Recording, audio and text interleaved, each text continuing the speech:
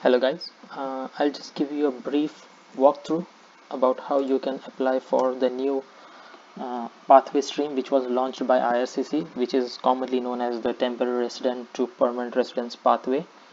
They launched this stream on April 14th, and the time to apply was gonna begin at 6th May around 12 p.m. So basically at the moment the stream for international graduates is completely filled, so there is no opportunity to fill the application in international graduates, but there are still a lot of spots remaining in the healthcare stream and the temporary worker stream, so you guys still have a chance.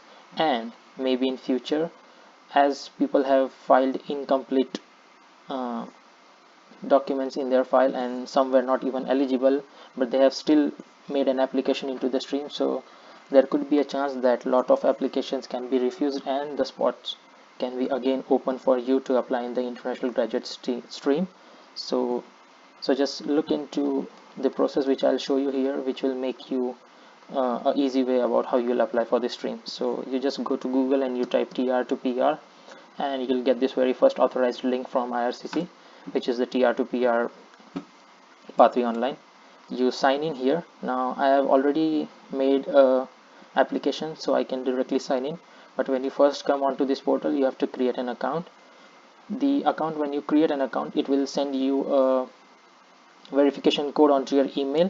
So the verification code will not directly come into your email, it will go into your spam. So make sure you check your spam, because that's what mistake I did. I kept on checking my mail, but the verification code didn't appear anywhere there. So make sure you check your spam and you'll get the verification code there. As soon as you put your verification code, your account will be easily created, and then it's basically that you sign in. So I'll sign in here. So these are all my details. So on the very first page, when you come in, you'll have to provide details. Now it says provide details because I have already made an application, but when you guys, the people who are making a new account, when they'll come in, they'll have to see a document checklist here, the first one. You won't see the provide details, because after you upload all the documents, after you upload the fee receipt, or after you pay your fees, at the end it will ask you to provide some details, which would be your unique number, which you can get from your work permit, and some date of birth and your full name, etc., that you'll apply, and then you'll be able to submit your application. So as I have already applied, you can see there are all details here, but I'll just guide you through the document checklist which will appear here, and you guys can see that I have uploaded all the documents which were mandatory. Now as I applied under the international graduate stream, these all forms down here were not mandatory for me. The reason is that because these are all for additional dependents, so the people who are applying for their family or maybe for their children's, they have to apply apply for all these forms, they have to upload all these forms. And basically if you are married and you want your spouse to be applied as well, so you have to upload all those documents here. But I was a single applicant, so I had not to upload all those documents. So basically these were only the mandatory forms which I had to upload. So here is the very first form, which is the most important form, generic application form for Canada, IMM 008. So this is a generic application. That means that you do not need to print this form. This form has to be validated, and this will generate a barcode, so there is no need of printing the form or signing it. All the other forms, which consist of IMM 0130, IMM 5669, 5562, 506, 5406, sorry. So these all forms have to be filled, and then you have to take a print of them and you have to do your wet signatures before you scan them and upload the documents again. So make sure that you fill these forms and you print them and you make your signature and scan a good copy, and then you have to upload the PDF here. So this was for all the 5 mandatory forms which everyone has to fill, and please be careful with this generic application form.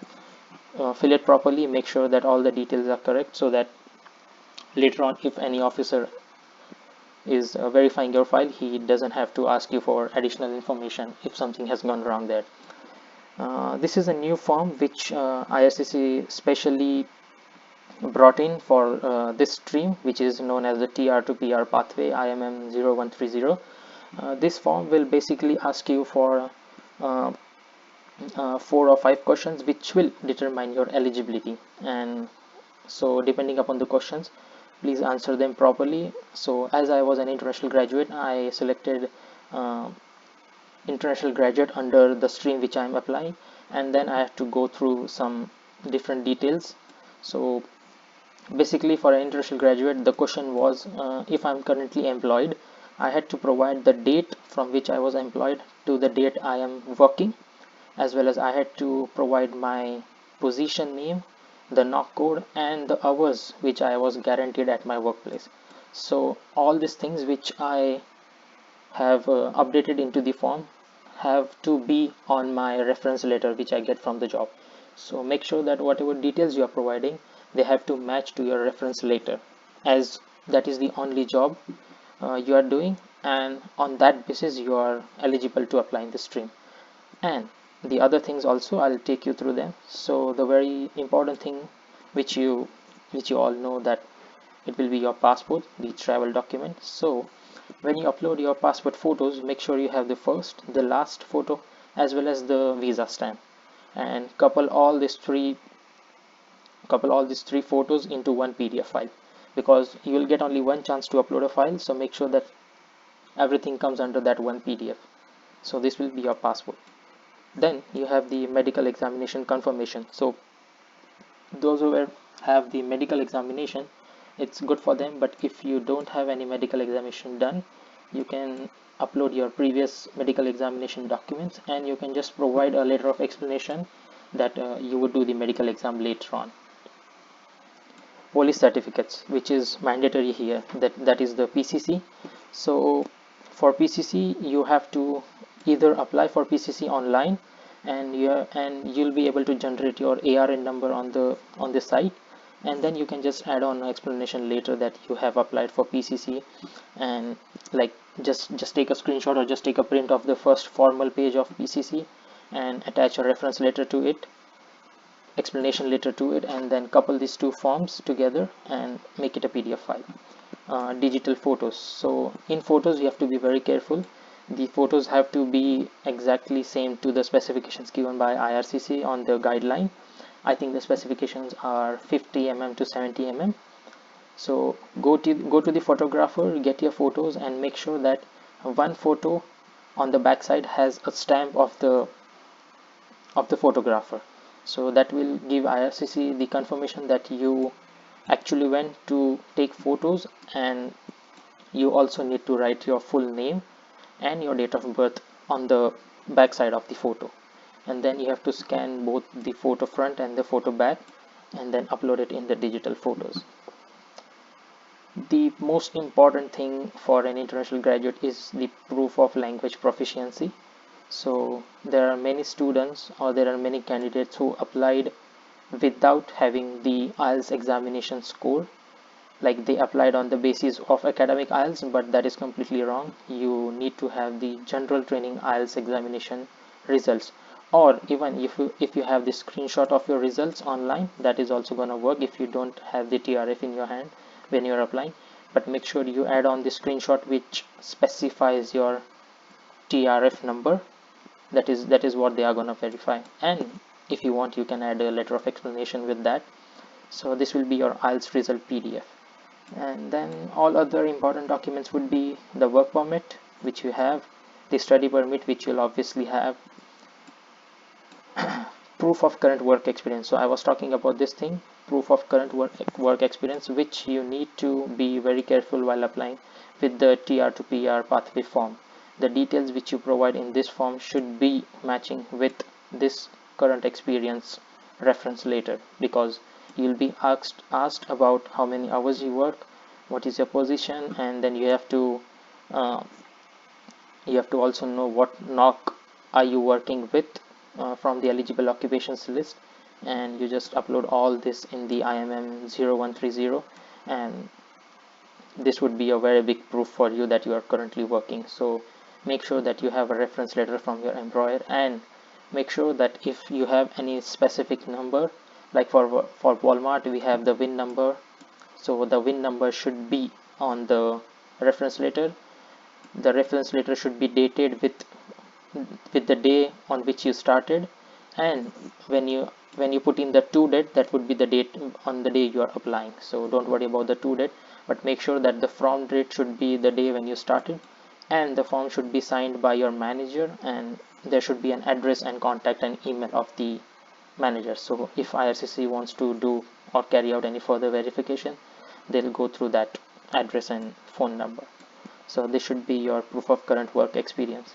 uh, to apply into this stream, it is very important that you have completed your education from a Canadian institution which has authorized DLI number. So you have to upload maybe your transcripts or proof of completion letter in proof of education, and at last you have study permit. So basically you go through all the additional forms other than IMM, which is the medical examination, PCC, your digital photos, IELTS examination, work permit, your proof of current work experience, which is your reference letter, the work permit, completion letter from your college, and your study permit, which will give the proof that you made an authorized entry into Canada. All the rest of the forms are not applicable for me because I don't have any other dependent. I am making a single application, but if you have any other dependent, you make sure that you apply all these other mandatory forms as well. And if you miss out on any of the mandatory forms, you will not be able to proceed to the next step because you won't get this green tick. So until unless you apply all the mandatory documents, you won't be able to move on to the next step. So as I've already done the application, so the next step would be pay fee. So as you upload all the documents and you get a green tick, you will be able to move to the next page, that is pay fee. So you can either pay your fee online, but in my case I already paid the fee before the portal was gonna open. So I uploaded the receipt of the payment here, and then again I got a green tick. And then at the last step I was asked for some details here, which are these details. I cannot share with you those details at the moment, but these would be some basic details which you would have to fill in, and then you just hit the submit button. So that's all. It's a very easy process. Make sure that you have all the legitimate documents before you apply. Make sure that all your documents are dated, so that if there is any verification carried out by IRCC, you have to be on point with that. And IELTS examination, which is the general training IELTS, which is the most important. You cannot apply with academic IELTS examination. And in the international graduate stream, you have to be currently employed with the reference letter to give the proof of your work experience. So that doesn't matter when you have started, you need to have the reference letter. It could be like a week ago, doesn't matter, but you need to have at least the reference letter giving the proof that you are employed at the moment. And that's all. You submit the application that way. So thank you so much. If you have any questions, drop down in the comment section below and I'll address to all those questions. Thank you.